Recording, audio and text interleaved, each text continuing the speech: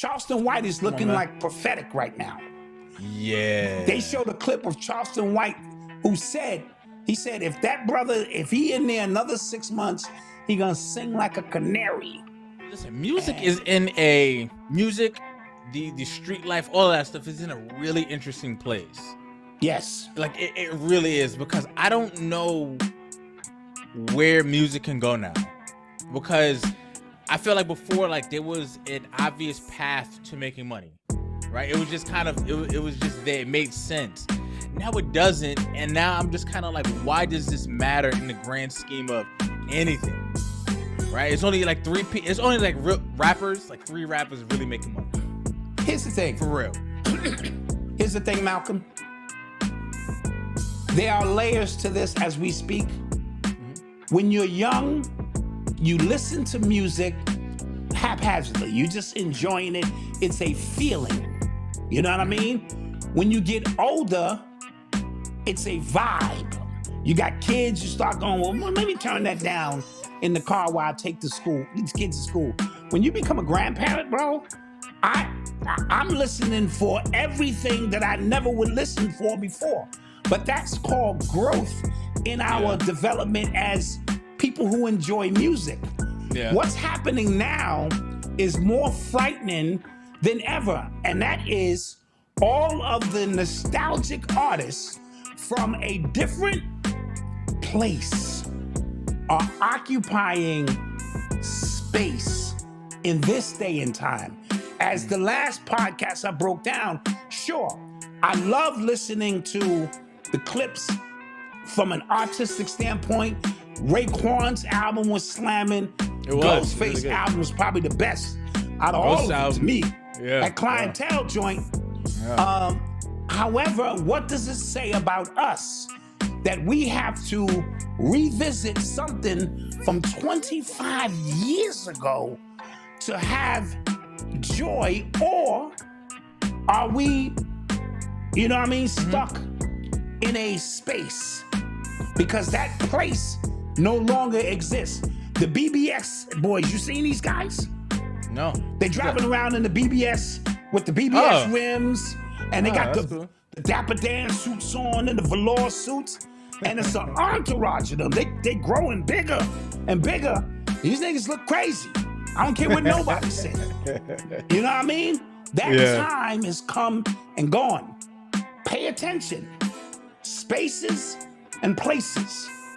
If enough people occupy a mental space, you know what?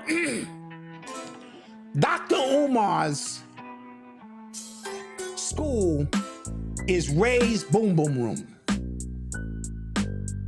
Go look at the movie Life. The movie Life, right? Yeah. They're in a prison. They're in a place that they're never getting out of. And what he did was he created a space in which they all could occupy, and they all participated in it, right? Well, what role do I play? You the security guard, or you the cook, or you handling the bar, this and that, and enable them to suspend the places that they're in. Yeah. Dr. Umar's school, because it only exists within this space, every component of it is Ray's Boom Boom Room. Yeah. Right? Now, the difference is when he got enough people to participate in the space, right? Mm-hmm. He anchored it in an actual place just to have a receipt and ground you in that part of reality. Because none of that shit makes any sense. Right? Yeah, bro. Yeah. When I think about him, when he talks about just how revolutionary a school in Wilmington, Delaware is, right? I fail to see I just kind of fail to see it. Like, what one school in the middle of Wilmington, Delaware, and I live here, so I'm not just like, I see it, you know what I'm saying? Yeah. What is that going to do for, and he calls us Africans, he said Detroit Africans, New York Africans, what is that going to do for Africans around the globe? I don't get it. However, He sold it because he believes it. Remember, before we were disconnected yesterday, I was speaking about mental illness or the power of imagination. Let's start there. And how powerful the imagination is. And this is why I said in my title to his lecture 6 or 7 years ago that he's not a scammer, because in his heart, he truly believes what he is doing. And because there are no checks and balances, a point of references from an actual place, the space is infinite, Malcolm. Space is infinite, right? And because nobody stopped him, he was adding layers and layers. It's like the movie Inception. The school became the goddamn totem so that he wouldn't totally get lost in a physical space. And because there were no checks and balances, he was able to create a whole, what's that game where the kids, they just create the reality in the video game and it goes on and on and on, right? And here's another thing, another component of it. Black people have become very, very short-sighted from an emotional standpoint. And that means we get into a moment and we want to live in that moment, but we never look past that moment because we immediately, as Virgo said, okay, he builds a school. Who's gonna fund the school? How do you choose the kids? Who's gonna pay for the insurance? In that neighborhood, in that demographic, if you're not taking 400 kids in all on your own, housing them, feeding them, educating them, the whole nine, it would never work, because if that was the case, there'd be schools all over the place. And we just kept saying, this doesn't make sense when we're, the place we're in now, here we go, we're in a digital space now, where you can do an online school and teach all of the Africans from Detroit, the Baltimore Africans online, and you can oversee it, and it would make more sense to put you in a relevant goddamn space. And that's why I said he wasn't like, that's why the idea of him not being a scammer comes in, because we saw the boom of digital products, how that the last 5-6 years. Yes. They keep saying he raised $1.6 million in donations. He would have made an income at least $10 million if he wanted to. Yes. Yes.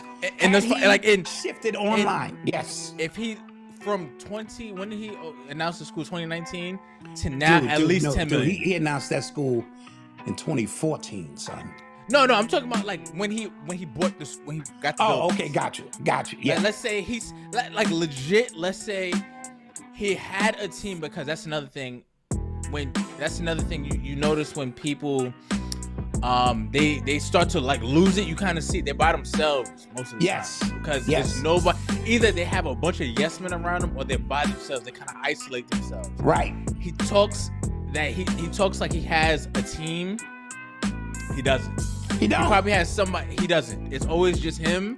Right. And every time somebody deals with him, they just say, "Yo, it's just him." Yeah. Like, it's just him doing these things, right? If he had legit somebody, if he used that money for advertising, for putting together a website, putting together he would have made $15 million. That's why it's hard for me to believe he's a scammer at heart. Like, it bugs me out, because that's short money. Like $1 million, $1.5 million in 15 years is really nothing. Right.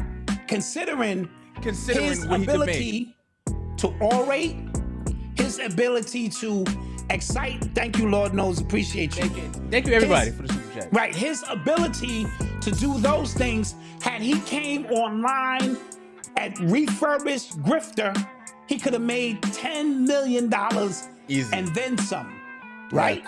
And so I made a statement in that YouTube video that the psychologist needs a psychiatrist, because I started picking up signs that this is only something that exists in his mind. Black people, we're so deprived of opportunity that we vicariously root for people who can do nothing for us. He becomes a template of an idea that only exists within a space. And that mental space is what gives it its drive and its energy. And we saw it, like we said, with LeVar Ball. We couldn't get past the semantics of him standing up against the system and telling that white lady, shut the fuck up. And I got my big baller brand shoe and this and that. And we clearly said, that's not the way to go. It made us look like we were hating. It's just that we could see beyond the dopamine and the hopamine hit of same thing with Colin Kaepernick, and the list goes on and on. So we, as critical thinkers, have to get past just those moments. And you can say what you want. Umar had a long run. Yeah. You know what I mean? Of getting in front of people. You know, I started noticing like when the daughter came out, and I said, yo, something just kind of feels different this time. Mm-hmm. And then you just kind of started noticing like the gradual, because you can't keep decline. You can't keep that up forever. Even people who in their minds want to be a part of the boom boom room, at some point they gotta unplug. And you seen he had an alleged ex-girlfriend come out, and she had details and receipts and things that lend to the understanding that this is a delusional individual, not a scammer. By definition, if he didn't do the job from a technical standpoint, maybe, but not from intention. I always thought he really cares about black people.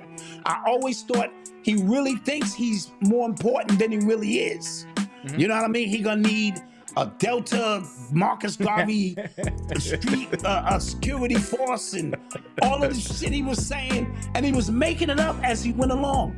I'm gonna take the kids to Africa.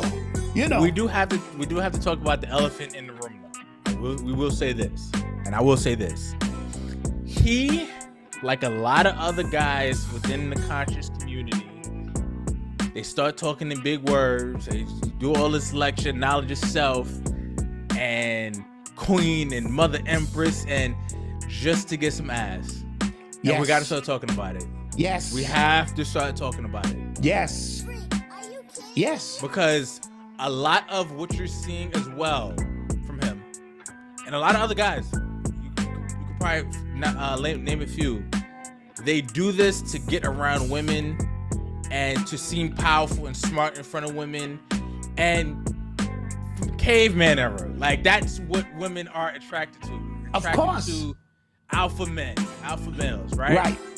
And that's what he's used his platform for.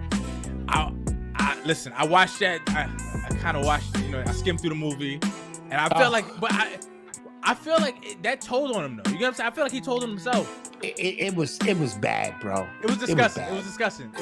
But I feel like it told on himself, and I feel like there's always a lot of truth in, these things, and I think that's what you saw and what you see, right? And he's always in trouble with women somehow. Yeah. Right? And this goes back to the conscious stripper. Yeah, right? He's always with some women somehow. But the $500 dates he's talking about, you donate, but I'll pay for the dinner. You donate the $5, I'll take you where you want to go. And the dinner gonna cost $450. Yeah. You gonna have it. You know what I'm saying? Yeah.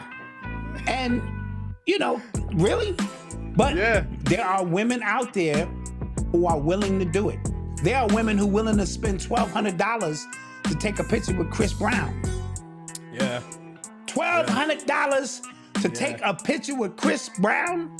Grabbing on your booty. Yeah. Grabbing on your booty. Yeah. And so making the money and where it comes from is two different things. So I think Omar also represents an idea that a lot of people are gonna have to let go of. Yes. Right? Yes. And this brings me back to spaces and places. Space is infinite, right? Right. What they have done is, these devils are clever. They have created a space that's infinite, called the internet, right? Yeah. With unlimited. So now you live in a place within a space that used to be a goddamn place. That's sort of like you go and you can't go in the restaurant during COVID, but we'll build a restaurant outside the restaurant that you can go inside of, because you can't go inside the outside restaurant. Yo, What the fuck?